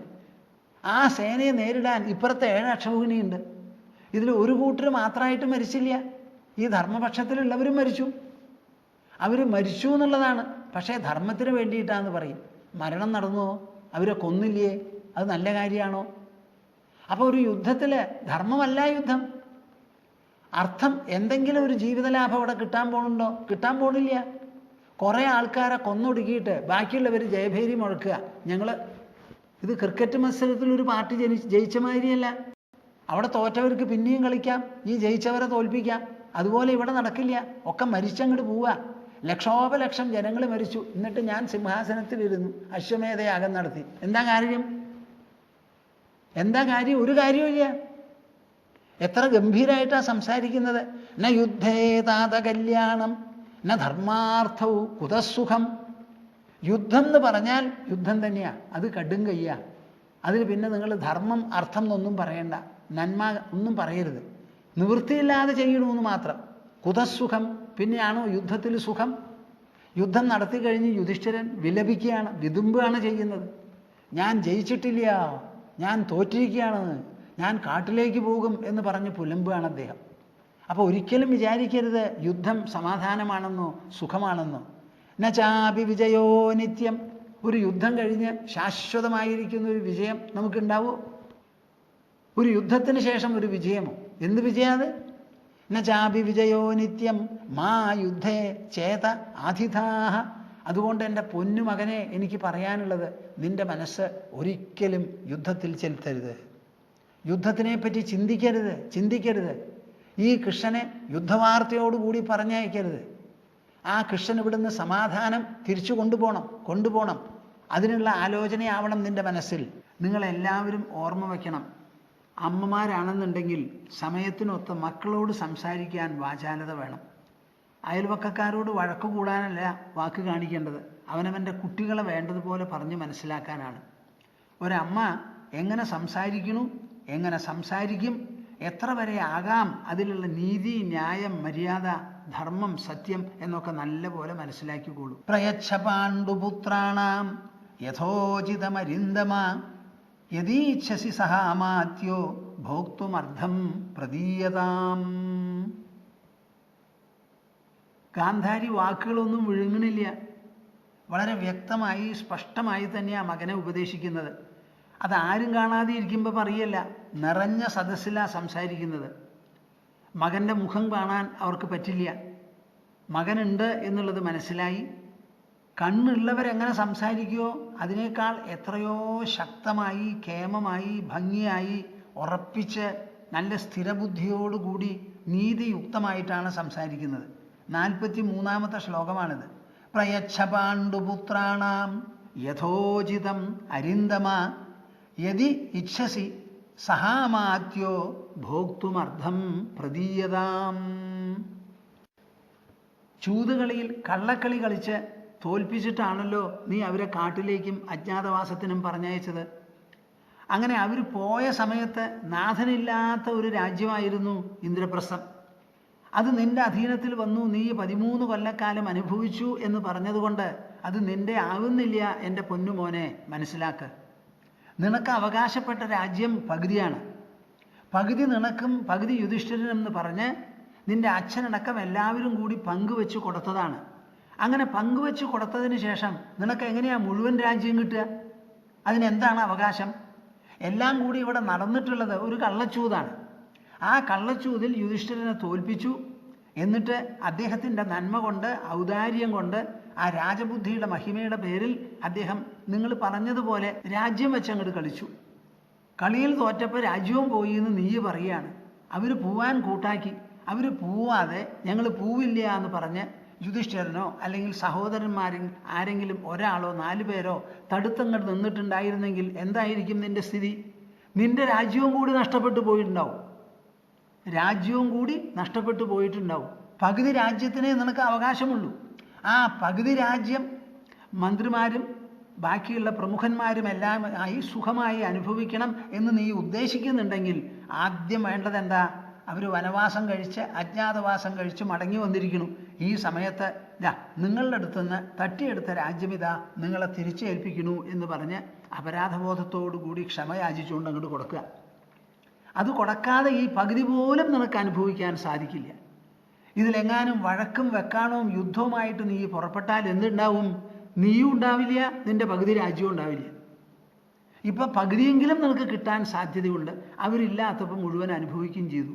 നീ ചെയ്തിടത്തോളം പ്രവൃത്തിയിൽ നിനക്ക് പശ്ചാത്താപമാണ് തോന്നേണ്ടത്, അപരാധബോധമാണ് നിനക്ക് തോന്നേണ്ടത്, ക്ഷമയാണ് നീ യാചിക്കേണ്ടത്. അതുകൊണ്ട് അമ്മ ഞാനിതാ പറയുന്നു നിന്റെ അടുത്ത്, പ്രയച്ഛ പാണ്ഡുപുത്രാണാം യഥോചിതമരിന്ദമ. ശത്രുക്കളോട് പൊരുതാൻ നിനക്ക് ശക്തി ഉണ്ടാവണം, ഞാൻ അനുഗ്രഹിക്കും. അവർ ശത്രുക്കളല്ല, അവർ മിത്രങ്ങളാണ്, അവർ സഹോദരന്മാരാണ്. എന്ത് കാര്യത്തിലും നിന്നോടുകൂടി തട്ടിച്ചു നോക്കുമ്പോൾ യുധിഷ്ഠിര പ്രഭൃതികൾക്ക് സ്ഥാനം മുൻതൂക്കം കൂടുതലാണ്. എൻ്റെ പൊന്നുമോനെ അസലായിട്ട് മനസ്സിലാക്കുക. അതുകൊണ്ട് എന്തു വേണം? യഥോചിതം പാണ്ഡുപുത്രാണാം പ്രയച്ഛ. പാണ്ഡുപുത്രന്മാർക്ക് അവകാശപ്പെട്ടിട്ടുള്ള ആ രാജ്യം യഥോചിതം അവർക്ക് അവകാശപ്പെട്ടതാണ്. നീ കൊടുത്തിട്ടൊന്നും വേണ്ട, മുൻപേ കൊടുത്തു കഴിഞ്ഞിട്ടുള്ളതാണ്. അവരും രാജപുത്രന്മാരാണ്, 2 സഹോദരന്മാരുടെ പുത്രന്മാരാണ്. അതിൽ ഒരാൾ അന്ധനാണ്, നിന്റെ അച്ഛൻ. അപ്പം അവർക്ക് അവകാശപ്പെട്ട രാജ്യം കൊടുക്കുക യഥോചിതം. അതെങ്ങനെയൊക്കെ ഭംഗിയായിട്ട് ചെയ്യണോ അത് ചെയ്യുക. ഇത് മാത്രമേ ഇപ്പം കർത്തവ്യമുള്ളൂ, ഇതിൽ നിന്ന് ഒഴിഞ്ഞു പോവാൻ പറ്റില്ല. അങ്ങനെയാണെങ്കിലേ സഹാമാത്യ അർദ്ധം ഭോക്തും ഇച്ഛസി യതി. ബാക്കി പകുതി രാജ്യം മന്ത്രിമാരോടുകൂടി വളരെ സുഖഭോഗമായി അനുഭവിക്കണം എന്നുണ്ടെങ്കിൽ ഇത് കൊടുത്തേ പറ്റുള്ളൂ, കൊടുക്കൂ എന്നാണ് ഗാന്ധാരി പറയുന്നത്. പ്രയച്ഛ പാണ്ഡുപുത്രാണാം യഥോചിതമരിന്ദമ യദീച്ഛസി സഹാമാത്യോ ഭോക്തുമർദ്ധം പ്രദീയതാം. ഇത് 43-ാമത്തെ ശ്ലോക. ഇനി 44 അവരെന്താ പറയുന്നത്? അലമർദ്ധം പൃഥിവ്യാസ്തേ സഹാമാത്യസ്യ ജീവിതും സുഹൃദാം വചനേ തിഷ്ഠൻ യശഃപ്രാപ്സ്യസി ഭാരത. ഈ പകുതി രാജ്യം കിട്ടിയത് കൊണ്ട് നിനക്ക് ഒരു കുറവും വരില്ല. നേരെ മറിച്ചോ എല്ലാവിധത്തിലുള്ള യശസ്സും കീർത്തിയും അനുഗ്രഹവും നിനക്കുണ്ടാവും. ഇത് കൊടുക്കാതെ ഇരുന്നാലോ സർവനാശം. അതാണ് ഇനി പോംവഴിയുള്ളത്. നീ വിചാരിക്കരുത് കൃഷ്ണൻ ഇവിടെ വെറുതെ ഒരു വാക്ക് പറഞ്ഞ് ഒരു വാഗ്വ്യായാമത്തിന് വേണ്ടി വന്നു പോണു എന്ന് വിചാരിക്കരുത്. വന്നിരിക്കുന്നത് കൃഷ്ണനാണ്, പാണ്ഡവന്മാരുടെ വാക്കുകളാണ് പറഞ്ഞത്. ആദ്യം കൃഷ്ണൻ സ്വയം സംസാരിച്ചു, പിന്നെ പാണ്ഡവന്മാർക്ക് നിന്റെ അച്ഛനോട് സംസാരിക്കാനുള്ള വർത്തമാനം പറഞ്ഞു. അത് കഴിഞ്ഞ് ചുറ്റുമുള്ള സഭയോട് അവർക്ക് നിവേദനം എന്തോ അതും അറിയിപ്പിച്ചു കഴിഞ്ഞു. അപ്പം അദ്ദേഹത്തിൻ്റെ അവതരണം, അതിൻ്റെ ഉള്ളടക്കം, അതിൻ്റെ ശൈലി, അതിൻ്റെ ക്രമം, ആദ്യം തുടങ്ങിയ സ്വരം ഭാണി, അത് കഴിഞ്ഞ് അവസാനം നിർത്തിയത്, ഇതെല്ലാം കണക്ക് വെച്ച് നോക്കിയാൽ ബുദ്ധിയുള്ളവർക്ക് എല്ലാവർക്കും മനസ്സിലാവും ഈ കൃഷ്ണൻ്റെ വരവിൻ്റെ പിന്നിലുള്ള ശക്തി ഉപായപ്പെട്ടതല്ല. നീ വിചാരിക്കുന്നുണ്ടാവും നിന്റെ കൂടെ കുറേ ആൾക്കാരുണ്ടെന്ന്. ആ ആൾക്കാരൊന്നും നീ വിചാരിക്കുന്നത് പോലെ നിന്നെ മനസ്സുകൊണ്ട് ആശീർവദിക്കുന്നവരോ അനുകൂലിക്കുന്നവരോ ആണെന്ന് വിചാരിക്കരുത്. ആരും മണ്ടന്മാരല്ല, അവിടെ ബുദ്ധിയുള്ളവരാണ്, ധർമ്മത്തിൽ ധാരാളം ഉറച്ചു നിൽക്കുന്നവരാണ്. അതുകൊണ്ട് കണ്ണടച്ച് ഇരുട്ടാക്കാൻ പുറപ്പെടണ്ട ദുര്യോധന. കണ്ണ് തുറന്ന് തന്നെ നോക്കൂ. വെറുതെ ഇരുട്ടെന്ന് കണ്ണടച്ച്, പൂച്ച പാല് കുടിക്കുമ്പോൾ കണ്ണടച്ചു കുടിക്കും. അതിൻ്റെ വിചാരം എന്താ? ഒറ്റ ആളും ലോകത്തിൽ കാണുന്നില്ല എന്നാ, അത് കണ്ണടച്ചപ്പോൾ. അതുമാതിരി നീ ചെയ്താൽ പറ്റില്ല. അലമർദ്ധം പൃഥിവ്യാസ്ത്രേ സഹാമാത്യസ്യ ജീവിതും. ആദ്യം പറഞ്ഞു നിനക്ക് രാജ്യം അനുഭവിക്കണമെങ്കിൽ അതിന് ആശയുണ്ടെങ്കിൽ. ഒരു സ്റ്റെപ്പും കൂടി എടുത്തു വെച്ചിട്ട് പറയുകയാണ് ഗാന്ധാരി, അലമർദ്ധം പൃഥിവ്യാസ്തേ സഹാമാത്യസ്യ ജീവിതും. പകുതി രാജ്യത്തോടുകൂടി നിനക്ക് ജീവിക്കണം എന്ന് ഇഷ്ടമുണ്ടെങ്കിലോ പൃഥിവ്യാസ്തേ സഹാമാത്യസ്യ ജീവിതും. ആദ്യം രാജ്യം അനുഭവിക്കേണ്ട കാര്യമാണ് പറഞ്ഞത്. ഇപ്പം നിനക്ക് ഈ പകുതി രാജ്യത്തോടുകൂടി ലോകത്തിൽ ജീവിക്കണമെങ്കിൽ ആ പകുതി മതിയല്ലോ. ഇതിലേറെ എന്തിനാ? നിനക്കൊരു രാജധാനി വേണം, അതവിടെയുണ്ട്. സുഖഭോഗങ്ങളും സമൃദ്ധിയും വേണം, അതൊക്കെ അവിടെയുണ്ട്. കൂടുതൽ കിട്ടിയാൽ നിനക്ക് എന്താ മെച്ചം?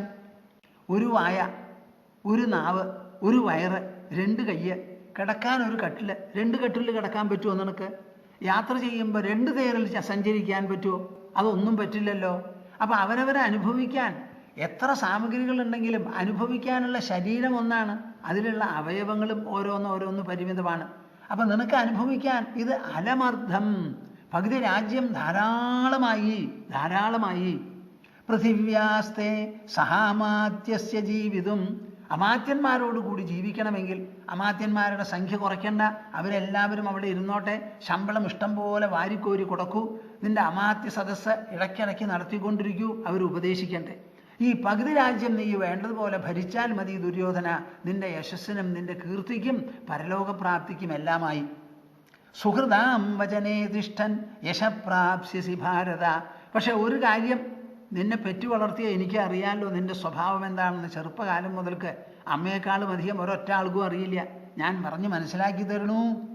സുഹൃതാം വചനേ തിഷ്ഠൻ യശപ്രാപ്സ്യസി. നീ നിന്റെ സ്വന്തം ബുദ്ധി കൊണ്ട് ഈ ലോകത്തിൽ ഒരയശസ്സും നേടിയെടുക്കാൻ പോകുന്നില്ല. നിന്റെ ബുദ്ധി മുഴുവനും പിഴച്ചതാ, അടിമുടി. ദുരയും അത്യാർത്ഥിയും മാത്രമാണ് പെരിച്ചാഴിയെ പോലെ നിന്റെ മനസ്സിനെ കാർന്ന് തിന്നുകൊണ്ടിരിക്കുന്നത്. അപ്പം നിന്റെ ബുദ്ധി കൊണ്ട് നീ നേരാവെന്ന് വിചാരിക്കണ്ട ദുര്യോധന. നീ നേരാവണം എന്നുണ്ടെങ്കിൽ ഒരൊറ്റ വഴിയേ ഉള്ളൂ. സുഹൃതാം വചനേ തിഷ്ഠൻ യശപ്രാപ്സ്യസി. സുഹൃത്തുക്കൾ, ദുര്യോധനന് ഹിതം പറയുന്നവരുണ്ട്. നിന്റെ അമ്മാമനെ പോലെ, എൻ്റെ സഹോദരനെ പോലെയുള്ളവരല്ല, കർണനെ പോലെയുള്ളവരല്ല. ദുര്യോധനൻ നേരെയാവണം, നന്നാവണം, അവന് യശസ്സുണ്ടാവണം എന്ന് വിചാരിച്ചും ആർക്കാണോ വിചാരശേഷിയുള്ളത്, ആ വിചാരം കൊണ്ട് നിനക്ക് നന്മ വരാൻ സാധ്യതയുള്ളത്, അങ്ങനെയുള്ള മഹാത്മാക്കൾ ഇവിടെയുണ്ട്. അവരുടെ വാക്ക് കേട്ട് അതിനനുസരിച്ച് നീ നടക്കുന്ന പക്ഷം യശഃപ്രാപ്സ്യസി ഭാരത, ഭരതവംശജ, നിനക്ക് കീർത്തി കൈവരും. അല്ലാണ്ട് നിന്റെ മനസ്സിൽ തോന്നുന്നത് നീ ചെയ്താൽ വലിയൊരു നാശമാണ് സംഭവിക്കാൻ പോകുന്നത്. നിനക്ക് മാത്രമല്ല, ലോകത്തിനൊട്ടാകെ, നമ്മുടെ ഭാരതഭൂമിക്ക് മുഴുവനും. അലമർത്ഥം പൃഥിവ്യാസ്തേ സഹാമാത്യസ്യ ജീവിതം സുഹൃതാം വചനേ തിഷ്ഠൻ യശഃപ്രാപ്സ്യസി ഭാരത. ഇത്രയും കാലം കഴിഞ്ഞു, അവസാനം ജീവിതത്തിൽ നിർണായകമായിരിക്കുന്ന ഒരു ഘട്ടമാണിത്. ഈ കൃഷ്ണൻ ഇവിടുന്ന് മടങ്ങി അങ്ങോട്ട് പോയിക്കഴിഞ്ഞാൽ പിന്നെ ഒരൊറ്റ കാര്യം നിന്റെയോ എൻ്റെയോ നിന്റെ അച്ഛൻ്റെയോ ഈ പിതാമഹൻ്റെ അടക്കമുള്ള മുതിർന്നവരുടെയോ കയ്യിലുണ്ടാവില്ല. അദ്ദേഹം മടങ്ങി പോകുന്നത് വരെയാണ് നമ്മുടെ തീരുമാനത്തിനുള്ള അവസരം. നിന്റെ ബുദ്ധി നേരെയാവാൻ പോണുണ്ടെങ്കിൽ എണ്ണിക്കോളൂ, 1, 2, 3 എന്ന് സെക്കൻഡ് വെച്ച്. അദ്ദേഹം മടങ്ങി അങ്ങോട്ട് പോയാൽ പിന്നെ നമ്മളെ കൊണ്ട് ഒന്നും ചെയ്യാൻ പറ്റില്ല. തീരുമാനങ്ങളൊക്കെ ഇപ്പം എടുക്കണം. അമർഷവശമാപന്നോ മാ കുരൂൻ താതജീഘന ഏഷാ ഹി പൃഥിവീ കൃഷ്ണ മാഗമത് ത്വത്കൃതേവധം.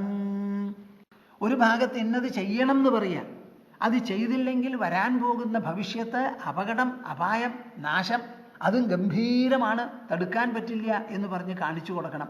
എന്ത് കാര്യത്തിലും ഉപദേശം കൊടുക്കുന്ന സമയത്ത് ആ ഉപദേഷ്ടാവ് എപ്പോഴും മനസ്സിൽ വെക്കേണ്ടത്, ആ കൊടുക്കുന്ന ഉപദേശം സ്വീകരിക്കണം എന്ന് തോന്നത്തക്ക വിധത്തിൽ യുക്തിസഹമായി അതുകൊണ്ടുണ്ടാവുന്ന ഗുണങ്ങളും മൂല്യങ്ങളും മഹിമയും നേട്ടവും എല്ലാം പറഞ്ഞ് മനസ്സിലാക്കി കൊടുക്കണം. ഇനി അത് കേൾക്കാതെ ധിക്കരിച്ചു, അനുസരിച്ചില്ല എന്നുണ്ടെങ്കിലോ വരാൻ പോകുന്ന നഷ്ടം, നാശം, ആപത്ത്, അധപ്പതനം അതെന്താന്നുള്ളത് അതും പറഞ്ഞു കൊടുക്കേണ്ടി വരും. അങ്ങനെ ആയാലേ ആ ഉപദേശം മനസ്സിൽ സഹിക്കുള്ളൂ, തങ്ങി നിൽക്കുള്ളൂ. നമുക്ക് ബുദ്ധി മാത്രമല്ലല്ലോ, വികാരഭൂയിഷ്ടമായിരിക്കുന്ന ഒരു മനസ്സുണ്ട്. അപ്പം ആ മനസ്സിനെയും ഉൾക്കൊണ്ട് വേണം എല്ലാ ഉപദേശവും നൽകാൻ. അപ്പം ഗാന്ധാരി പറയാണ്, അമർഷവശമാപന്നോ മാ കുരൂൻ താതജീഘന. അമർഷവശമാപന്ന, അമർഷം നിന്റെ മനസ്സിന് സഹിക്കു വയ്യാതെ, കോപം, ക്ഷോഭം, സഹിഷ്ണുതയില്ല, പല വിധത്തിലുള്ള വിഷമുണ്ട്. അങ്ങനെ സംഘർഷമാണ് നിനക്ക്. അസൂയ കൊണ്ടും കുശുമ്പ് കൊണ്ടും കുനിഷ്ഠ കൊണ്ടും അസഹിഷ്ണുത കൊണ്ടും പോരുകൊണ്ടും എല്ലാം കൊണ്ടും സംഘർഷം നിറഞ്ഞിരിക്കുകയാണ്. അങ്ങനെ വെറുപ്പും വിദ്വേഷവുമായി നിറഞ്ഞ് അതിനെ ആശ്രയിച്ചിരിക്കുകയാണെങ്കിൽ മാ കുരൂൻ താതജീഘന. കുരുവംശമാണ് നമ്മുടേത്.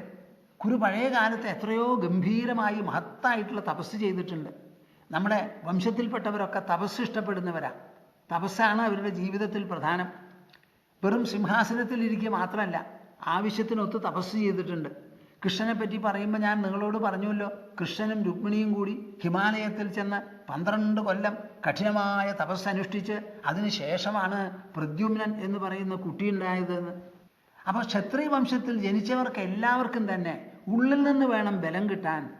അവർക്കൊരു ശരീരമുണ്ട്, ആ ശരീരം കൊണ്ട് അസ്ത്രശസ്ത്ര വിദ്യ അവർ അഭ്യസിക്കും, അതിൽ പഴക്കവും പ്രാവീണ്യവും നേടും. അങ്ങനെ ആയാലും അവരുടെ ഉൾബലമാണ് പ്രധാനപ്പെട്ടത്. ഈ കയ്യും കാലും പ്രയോഗിക്കുന്നതിന് മുമ്പ് എവിടെ പ്രയോഗിക്കണം, എത്ര കണ്ട് പ്രയോഗിക്കണം, എത്ര കുശലമായിരിക്കണം. അത് എന്തെങ്കിലും അബദ്ധം ചെയ്തു കഴിഞ്ഞാൽ പിന്നെ തിരിച്ചെടുക്കാൻ പറ്റില്ല. സിംഹാസനത്തിൽ ഇരുന്ന് ഭരിക്കുക എന്ന് പറഞ്ഞാൽ അത് വലിയ ഒരു ഭാരമാണ്. ആ ഭരണത്തിൽ കയ്യും കാലുമൊന്നുമല്ല പ്രധാനം, വാള് പയറ്റാനുള്ള സാമർഥ്യവുമല്ല പ്രധാനം. നമ്മുടെ ബുദ്ധിയും മനസ്സും ഉണ്ടല്ലോ, കറതീർന്ന് തെളിഞ്ഞ് പ്രവർത്തിക്കണം. രാജാവ് തീരുമാനം പെട്ടെന്ന് എടുക്കും, അത് നടപ്പിലാക്കുകയും ചെയ്യും. നടപ്പിലാക്കിയതിന് ശേഷം ചെയ്തത് തെറ്റായിപ്പോയി എന്നൊരു തോന്നൽ വരാൻ പാടില്ല. പശ്ചാത്താപത്തിന് ഒരു സ്കോപ്പും ഇല്ല അവിടെ. ആലോചന മുഴുവൻ മുമ്പ് കഴിയണം. ഓരോരുത്തരും വരും, പറയും, ആ പറയണത് വേണ്ടതുപോലെ കേൾക്കുക. ഈ വേണ്ടതുപോലെ എന്ന് പറഞ്ഞാൽ ചെവിയല്ല ഈ വേണ്ടതുപോലെ കേൾക്കുന്നത്, മനസ്സാണ്. ആ മനസ്സിൽ ഒരു വിധത്തിലുള്ള ആച്ചലും കുതിപ്പും ഒന്നും ഉണ്ടാവരുത്. സമാധാനത്തോടു കൂടി കേട്ടിട്ട് വേണം തീരുമാനമെടുക്കാൻ. നമ്മുടെ ജഡ്ജിമാർ എല്ലാ തർക്കങ്ങളും കേട്ടതിന് ശേഷം വേണ്ടത്ര സമയം കൊടുത്ത് അത് മനസ്സിൽ പതിഞ്ഞിരുന്ന് ക്ഷോഭമൊന്നുമില്ലാതെ വക്കീൽമാർ ചിലപ്പോൾ ഒച്ചയിട്ട് സംസാരിക്കും. അപ്പോൾ അവരുടെ ആംഗ്യവും കയ്യും കലാശവും ഒക്കെ കണ്ടിട്ട് അതിലൊന്നും ഒരു വിധത്തിലുള്ള ക്ഷോഭവും നമുക്ക് ഉണ്ടാവരുത് എന്നൊക്കെയാണ് പ്രമാണം. രാജാവും അതുപോലെ ആയിരിക്കണം. അപ്പോൾ അതിന് മുഴുവൻ സഹായിക്കണമെങ്കിൽ തപസ്സ. നമ്മുടെ ജ്യോതിഷികൾക്കൊരു സ്വഭാവമുണ്ട്, കാലത്ത് 1 മണിക്കൂർ 2 മണിക്കൂർ അവർ ഉപാസന ചെയ്യും.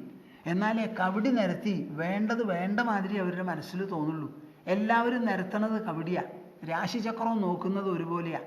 പക്ഷേ 2 ആളുടെയോ 3 ആളുടെയോ ബുദ്ധിയിൽ തോന്നുന്നത് 3 തരത്തിലായിരിക്കും. ദോഷാംശങ്ങൾ കാണണം, ഗുണവശങ്ങൾ കാണണം, ഏതാണ് കൂടുതൽ എന്ന് മനസ്സിലാക്കണം, ഏത് തീരുമാനമാണ് ശരിയാവുക എന്നൊക്കെ അറിഞ്ഞ് പറയണമെങ്കിൽ വെറും വൈകാരികമായ മനസ്സുകൊണ്ട് സാധിക്കില്ല. രാജാവിൻ്റെ കാര്യത്തിലോ അത് കൂടുതലാണ്. ജ്യോത്സ്യന്മാരങ്ങനെ പറഞ്ഞു പോവേ ഉള്ളൂ, പരിഹാരവും എഴുതി കൊടുക്കും. രാജാവ് അങ്ങനെയല്ല. കണ്ണകി തൻ്റെ കാലിലുള്ള ഒരു ചെലമ്പ് അഴിച്ചു കൊടുത്തു, കോവിലൻ്റെ അടുത്ത് കൊണ്ടുപോയി വിറ്റ് കാശ് മേടിച്ചോളൂ എന്ന്. ആ ചെലമ്പും കൊണ്ടുപോയി അങ്ങാടിയിൽ കിടന്ന് വിൽക്കാനായിട്ട് കിടന്ന് ഇങ്ങനെ നടന്നുകൊണ്ടിരിക്കുമ്പോഴാണ് പാണ്ഡ്യരാജാവിൻ്റെ പ്രതിനിധികൾ കണ്ട് ഈ ചെലമ്പ് പാണ്ഡ്യരാജാവിൻ്റെ ഭാര്യയുടെ ചെലമ്പ് കളവ് പോയതാണെന്ന് പറഞ്ഞ് കൊണ്ടുപോയി കുറ്റം ചുമത്തി ആളെ കൊല്ലൽ കഴിഞ്ഞു. ഭർത്താവിനെ കാണാനില്ല എന്ന് പറഞ്ഞ് അന്വേഷിച്ച് വന്ന് പാണ്ഡ്യരാജാവിൻ്റെ കഥയൊക്കെ കേട്ടപ്പോൾ നേരിട്ട് കോലോത്ത് ചെന്ന് വിവരം അന്വേഷിക്കുകയാണ്. ഞാൻ കൊടുത്തയച്ചതാണ് എൻ്റെ ഭർത്താവിൻ്റെ ചെലമ്പ്, ഇതാ ബാക്കിയുള്ള ചെലമ്പ് എന്ന് പറഞ്ഞിട്ട് തട്ടി പൊട്ടിച്ചു.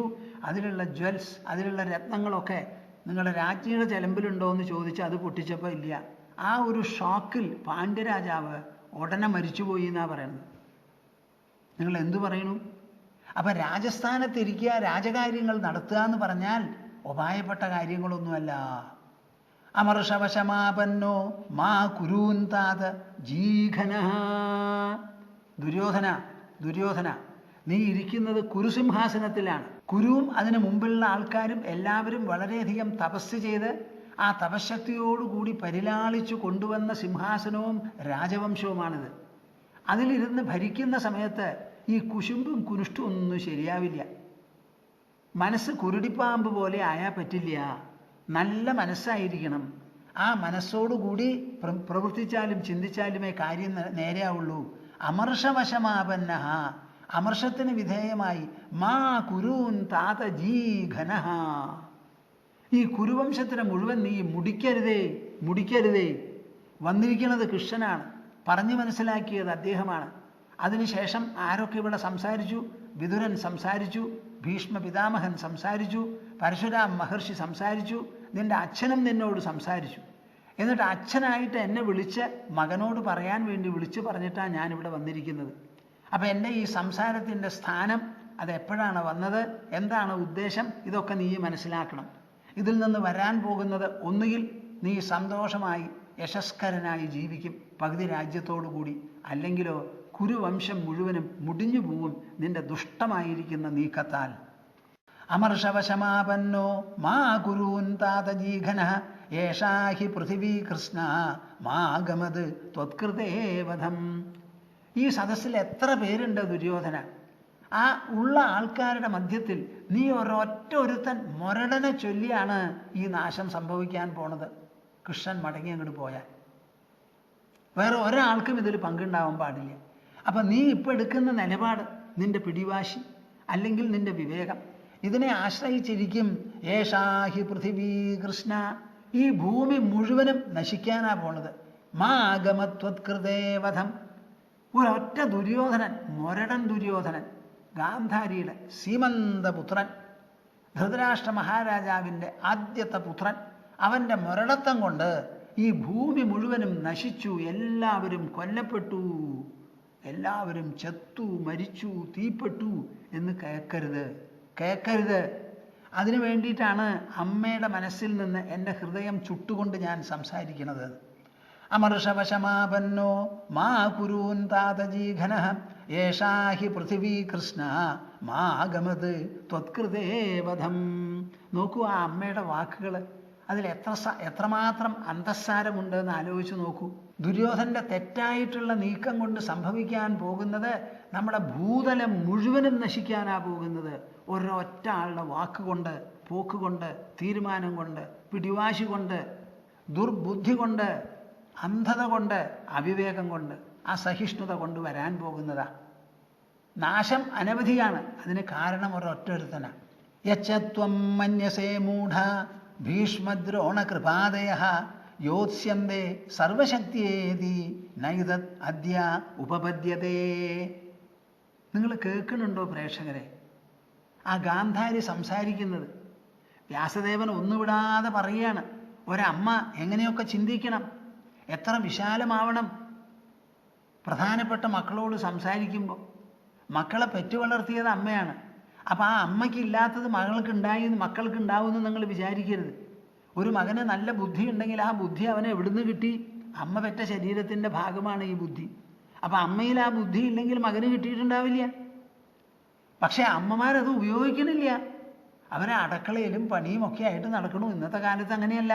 ഇപ്പോൾ സ്ത്രീകൾക്ക് ധാരാളം സ്ഥാനവും മാനവും കൊടുത്ത് 33% തിരഞ്ഞെടുക്കുന്ന പ്രതിനിധികൾ അവരാവണം എന്ന് വരെ നാം തീരുമാനിച്ചു കഴിഞ്ഞു. അത് 50% ആയിക്കോട്ടെ, ഒരു വിരോധവും ഇല്ല. എനിക്ക് വലിയ സന്തോഷമാണ് ഭൂമാനന്ദ സ്വാമിക്ക്. എന്താ ഈ സ്ത്രീകൾ മൂലം ഇനി എന്തെങ്കിലും നേരെയാവാൻ പോകുള്ളൂ. ഇപ്പം കളവ് ചതി സ്കാം സ്കോം ഇതന്നെ ഉള്ളൂ ഇപ്പോൾ ഇവിടെ. എന്നാ ഈ ചരിത്രം മാറാൻ പോകുന്നത്? ഒരേ ദിവസവും പുതിയ അധ്യായങ്ങളാണ്. ഒരു ഭാഗത്ത് നമ്മുടെ കോംട്രോളർ ആൻഡ് ഓഡിറ്റർ ജനറൽ പോസ്റ്റ്മോർട്ടമാണ് അദ്ദേഹം നടത്തുന്നത്.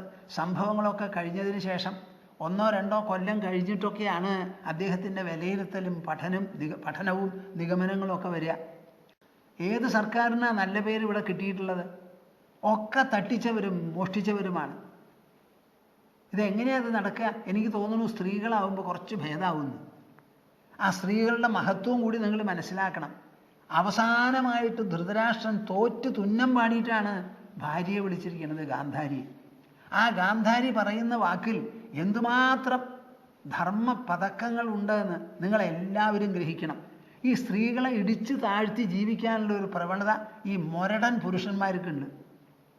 എത്ര നാര്യ പ്രപൂജ്യന്തേ തത്ര തിഷ്ഠന്തി ദേവതാഹ എന്ന് മനു തന്നെ പറഞ്ഞു വെച്ചിട്ടുണ്ട്. സ്ത്രീകളെ വേണ്ടതുപോലെ പൂജിച്ച് സത്കരിച്ച് ബഹുമാനിച്ചു കൊണ്ടിരിക്കുന്ന വീടുകളിൽ മാത്രമേ എല്ലാ ദേവതകളും സമ്മേളിച്ച് ഐശ്വര്യവും അഭിവൃദ്ധിയും നന്മയും ഒക്കെ അരുളുള്ളൂ.